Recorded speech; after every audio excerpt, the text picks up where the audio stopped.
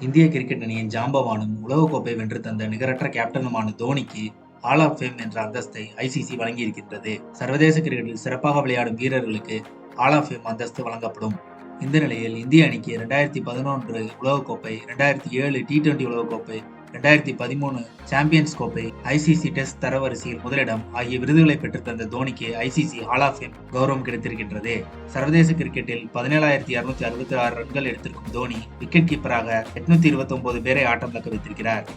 இதை பற்றி கருத்து தெரிவித்திருக்கும் தோனி, ஐசிசி கௌரவம் என கிடைத்திருப்பதை மிகவும் பெருமையாக நினைக்கின்றேன். பல தலைமுறைகளாக கிரிக்கெட்டுக்கு பங்களிக்கும் வீரர்களுக்கு வழங்கப்படும் இந்த கௌரவம் தனக்கும் கிடைத்திருப்பது மகிழ்ச்சி அளிக்கின்றது என்று கூறியுள்ளார். இந்திய அணிக்காக 2004ஆம் ஆண்டு முதலாக தனது 23ஆம் வயதில் தோனி அடியெடுத்து வைத்தார். ஒரு கட்டத்தில் இந்திய அணியின் கேப்டனாக பொறுப்பேற்று ஒட்டுமொத்த இந்திய கிரிக்கெட் அணியை மாற்றியிருக்கின்றார்.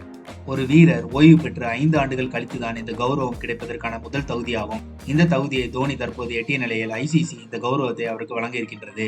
சச்சின், கவாஸ்கர், கபில் தேவ், ராகுல் டிராவிட், அனில் கும்ப்ளே, சேவாக், பிஷன் சிங் பேடி, வினோத் மான்கட் உள்ளிட்ட வீரர்களுக்கு பிறகு இந்த கௌரவத்தை பெறும் 9வது இந்திய வீரர் என்ற பெயர் பெற்றிருக்கிறார் தோனி.